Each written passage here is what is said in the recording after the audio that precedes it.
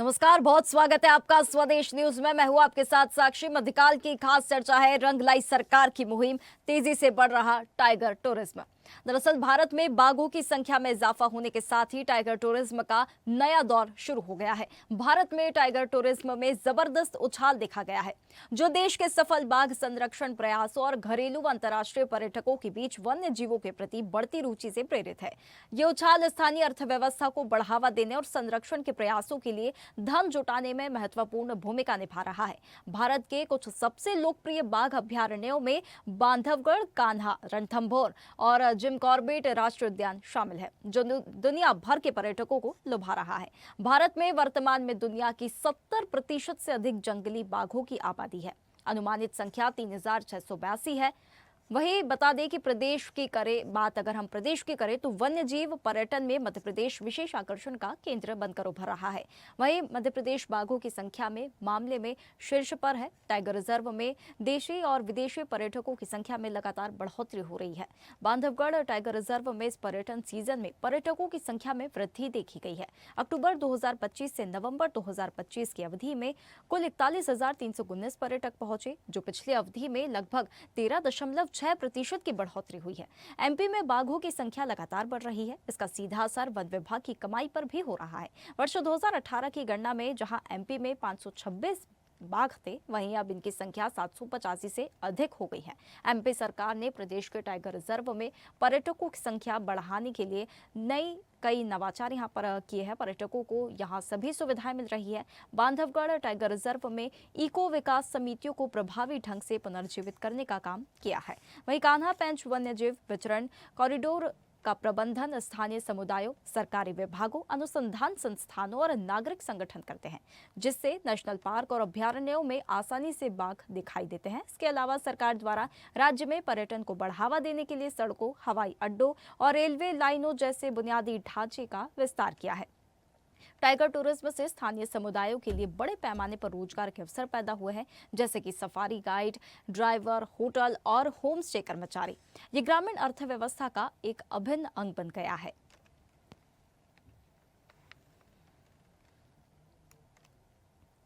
तो देखिए, पर्यटकों को रिझाने के लिए सरकार कई नवाचार कर रही है। देश में टाइगर टूरिज्म का नया दौर यहां पर शुरू हुआ है। वर्ष 2024-25 में कई विदेशी पर्यटक यहां पर पहुंचे। कान्हा और बांधवगढ़ राष्ट्रीय उद्यानों में पर्यटकों की संख्या में लगातार वृद्धि देखी जा रही है।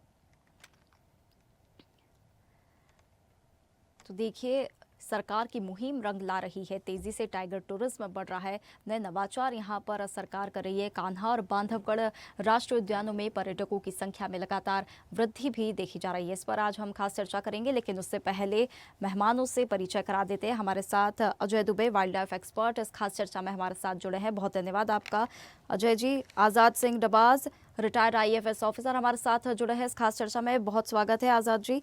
इसी के साथ मोहनलाल मोदी, वरिष्ठ पत्रकार, हमारे साथ इस खास चर्चा में जुड़े हैं। मोहनलाल मोदी, आपका भी बहुत स्वागत है इस खास चर्चा में हमारे साथ जुड़े हैं। मोहनलाल जी, आपसे ही चर्चा की मैं शुरुआत करना चाहूँगी। भारत में बाघों की संख्या जैसे लगातार बढ़ती जा रही है, राष्ट्र उपलब्धि को किस तरह से, ये जो राष्ट्र उपलब्धि है, किस तरह से देखते हैं आप इसे? साक्षी जी, एक महत्वपूर्ण मुद्दा उठाया, उसके लिए आपको साधुवाद। स्वदेश के माध्यम से मैं ये कहना चाहूँगा कि हम बहुत तेज़ी से इसको बढ़ रहे हैं, ये बात ठीक है, लेकिन हमारा ध्यान बहुत देर बाद गया।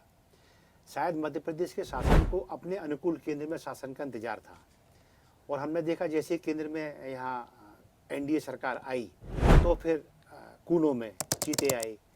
जब चीते आए तो सरकार को लगा कि एक अट्रैक्शन जीवों के प्रति अंतर्राष्ट्रीय स्तर पर, राष्ट्रीय स्तर पर है, तो क्यों ना इसको एक विहंगम परिदृश्य दिया जाए, हम चीतों तक सीमित क्यों रहें। तो फिर टाइगर, जो हमारे एक प्रतीक है हमारी राष्ट्रीयता का, तो उस पर जब फोकस शुरू हुआ इस कालखंड में, तो अब हम देखने में, जैसे आपने भी बताया, लगातार कुनवा बढ़ रहा है, और बढ़ने के साथ साथ अब पर्यटक भी बढ़ रहे हैं। अभी तुलनात्मक ढंग से जो आंकड़े स्वदेश ने प्रस्तुत किए हैं, उससे ये बहुत स्पष्ट हो जाता है। पिछली तुलना जो सरकार के कार्यकाल की है, उसकी अपेक्षा अब लगातार पर्यटक बढ़ रहे हैं, चाहे वो देसी हो चाहे विदेशी हो। उसका कारण ये भी है कि चूँकि बाघ बढ़े तो पर्यटक बढ़े, तो इस हिसाब से देखा जाए तो ये रेवेन्यू में एक इजाफा देते हैं। इसके अलावा प्रकृति की दृष्टि से बाघों जैसे मांसाहारी जानवरों का होना बहुत आवश्यक है। ये एक संतुलन प्रकृति बना के रखते हैं और इससे जंगलों की रक्षा भी होती है। जी। अब सवाल उठता है कि इनकी रक्षा कितनी है, तो शासन ने पहले से बहुत बेहतर इंतजाम किए, कोई संदेह नहीं है। अब जो कभी कभी दुर्घटनाओं में या शिकारियों द्वारा करंट के माध्यम से या अन्य जो विडंबनापूर्ण स्थितियाँ हैं इनकी बलि चढ़ जाती है, उस पर सरकार और अधिक ध्यान देगी, तो हम आश्वस्त हैं आने वाला समय इनके लिए बहुत बेहतर होने वाला है। बिल्कुल।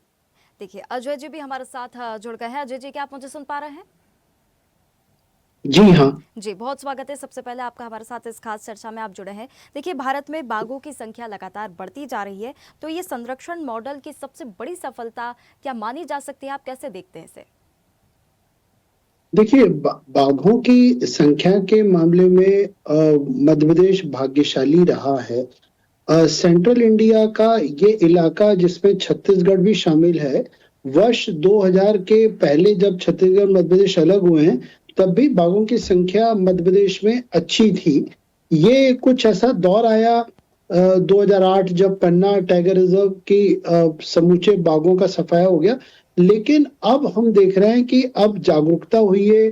आप मीडिया ग्रुप की, स्वदेश की भी तारीफ करूंगा कि आप सब ने बाघों को जो स्थान दिया, तो अब बाघों के संरक्षण में सरकार भी जागृत हो गई, आम आदमी जागृत है, क्योंकि बाघ लोगों को रोजगार देता है टाइगर रिजर्व के आसपास।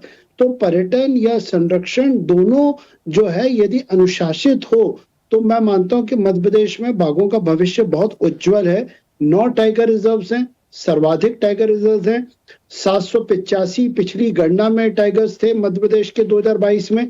इस बार ये आंकड़ा मुझे लग रहा है 1000 से अधिक होगा। हाँ, ये भी याद रखना है कि वाइल्ड लाइफ एक्ट जो 72 में बना था, बाघों के शिकार पे प्रतिबंध हुआ, वो कमोबश स्थिति उस समय ये हो गई थी कि बाघों की संख्या बहुत गिर गई थी।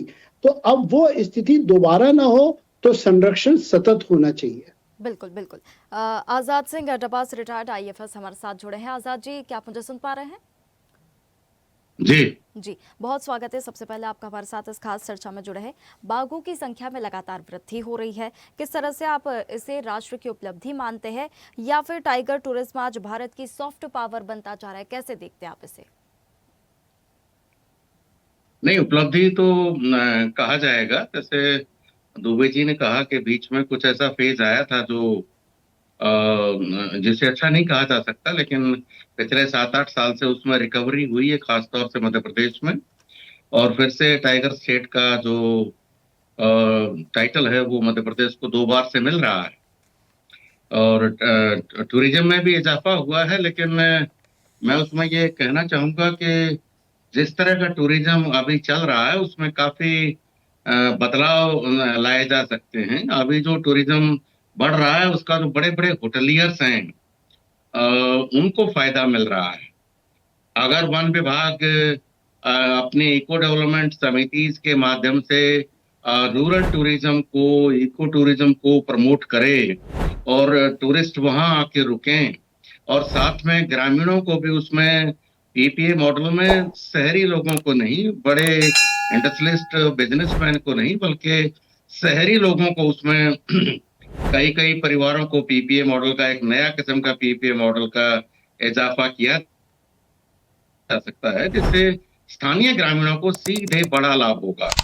अभी टूरिज्म जो बढ़ रहा है उससे ग्रामीण आपके पास आना चाहूंगी। भारत में बाघों की संख्या लगातार बढ़ रही है, इससे टूरिज्म भी बढ़ रहा है, तो आज संरक्षण इनका कितना मजबूत है? और हमारे पास 70% से ज्यादा बाघ भारत में है, तो ये कितनी बड़ी जिम्मेदारी मानी जा सकती है? निसंदेह, जैसे मैंने कहा, ये भारतीयता का प्रतीक भी हैं, तो इनके लिए संरक्षण की आवश्यकता है। जैसे अभी मिस्टर अजय बोल रहे थे कि संरक्षण के प्रति हमें जागरूक होने की आवश्यकता है। उसके लिए ज़रूरी है कि हम जो क्षेत्रीय आबादी है, इनके आसपास जो गांव हैं, उनको हम थोड़ा सा मित्रवत साथ लेकर चलें।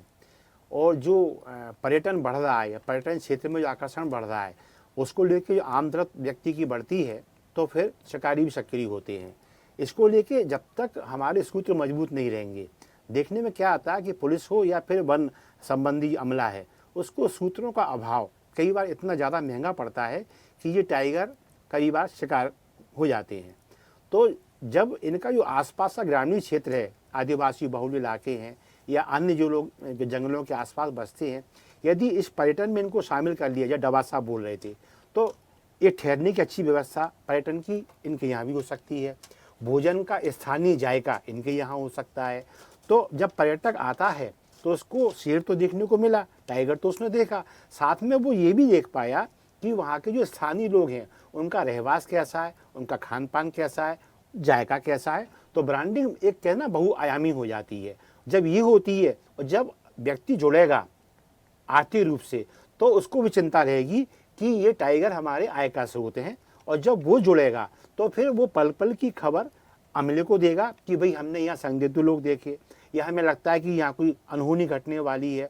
तो समय पूर्व जब अमला सक्रिय होता है तो अनहोनी कम होती है, अनिष्ट कम होता है, और निश्चित ये जो इनकी सुरक्षा है वो मजबूत होगी।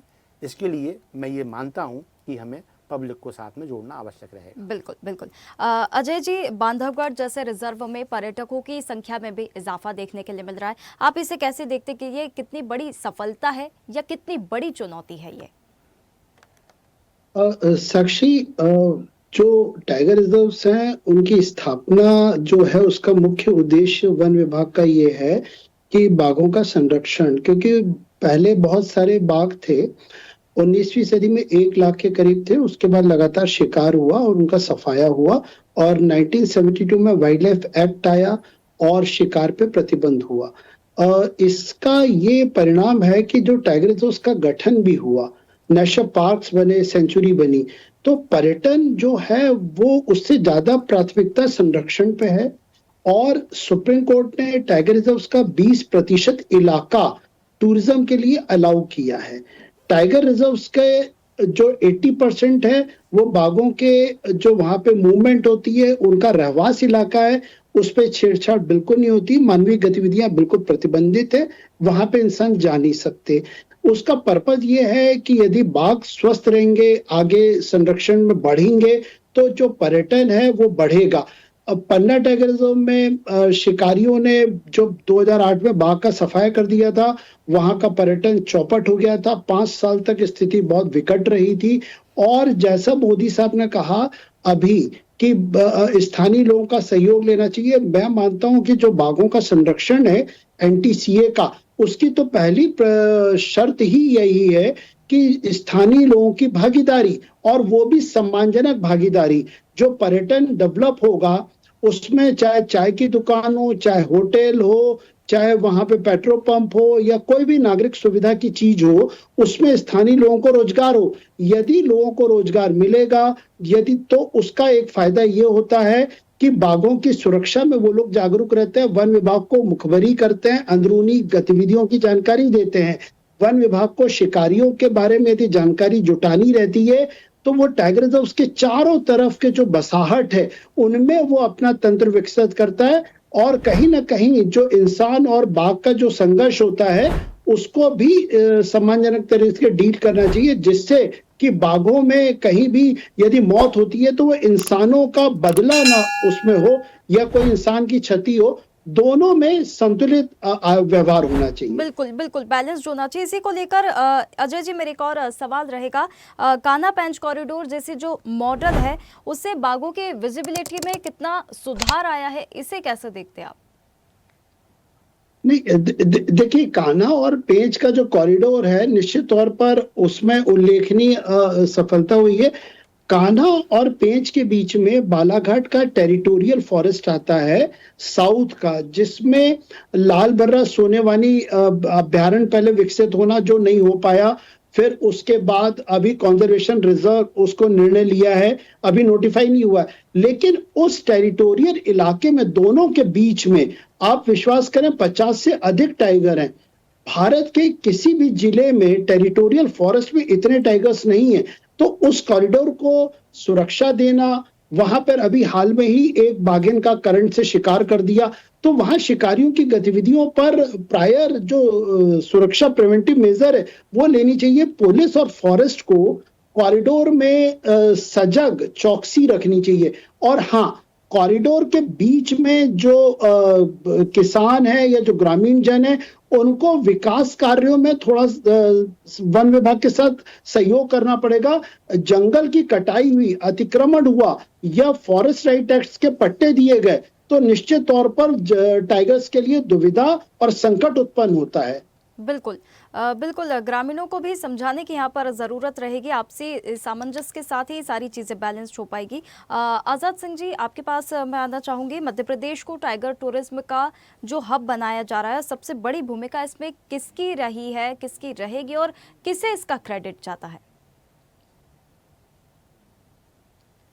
वैसे टाइगर टूरिज्म के लिए एक हमारे यहाँ वन अधिकारी रहे हैं डॉक्टर एच.एस. पावला। मैं समझता हूँ कि उनका काफी योगदान इसमें है।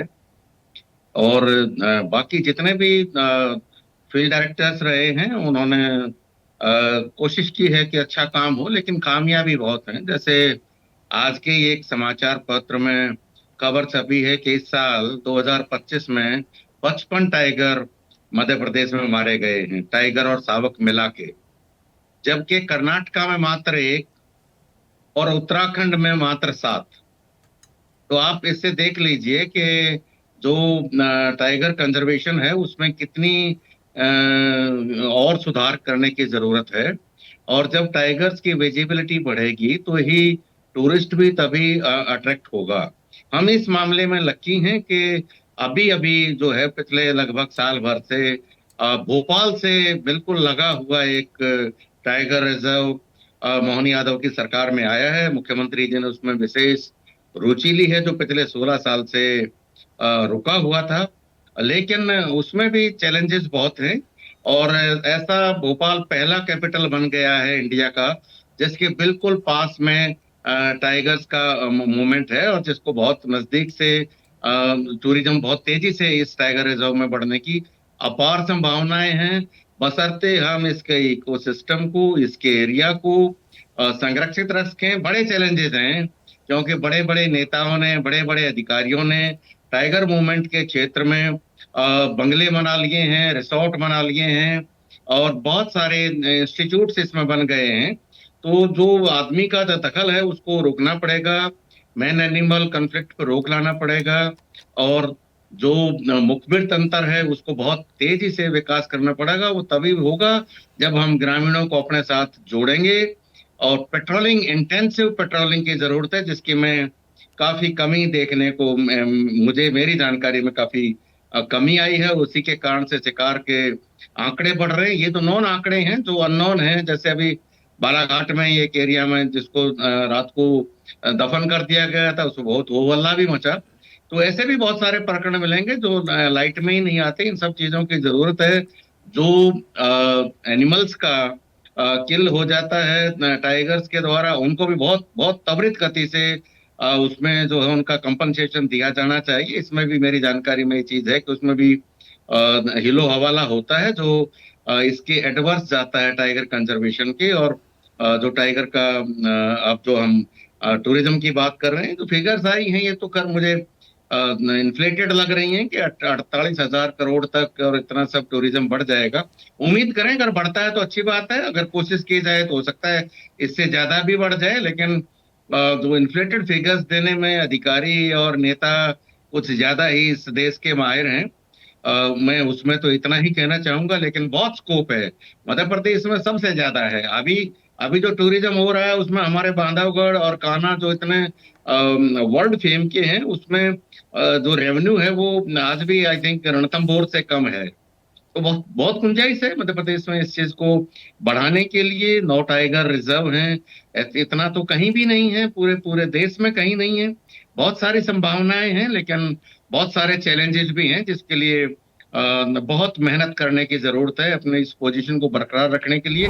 ऐसा क्लेम किया जा रहा है वन विभाग के द्वारा कि जो अभी एक सेंसस टाइगर का जो आज की तारीख में चल रहा है, जब इसके आंकड़े wild life institute of India से जारी होंगे तो लगभग 1,000 बाघ जो है हमारे वन क्षेत्रों में होंगे, खासतौर से टाइगर रिजर्व्स में और सेंचुरीज में।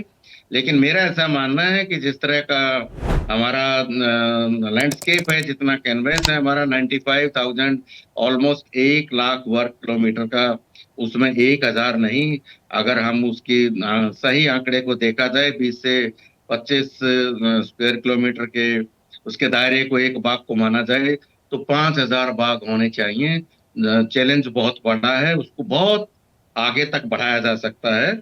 और टाइगर रिजर्व्स और सेंचुरीज के साथ साथ जो टेरिटोरियल का जो सामान्य वन मंडल, जिसको सामान्य वन क्षेत्र बोला जाता है, उसमें भी जिस तरह से अतिक्रमण हो रहा है, अवैध उत्खनन हो रहा है, उसमें अगर रोक लगाई जाए तो टाइगर की आबादी, हर्बीवोर्स की आबादी, क्योंकि हर्बीवोर्स आएगा तो टाइगर आएगा, तो उसकी आबादी जो है वो बहुत बहुत बहुत बड़ी संख्या में बढ़ाई जा सकती है। और बहुत बड़ा, ग्रामीणों को बेहद बड़ा, बहुत बड़ा रोजगार जो अभी बर्तन बांधने और रोटी पकाने तक सीमित है, वो साझीदार व्यापार में, बिजनेस में, टाइगर टूरिज्म में वो साझीदार बन सकते हैं ग्राम के लोग।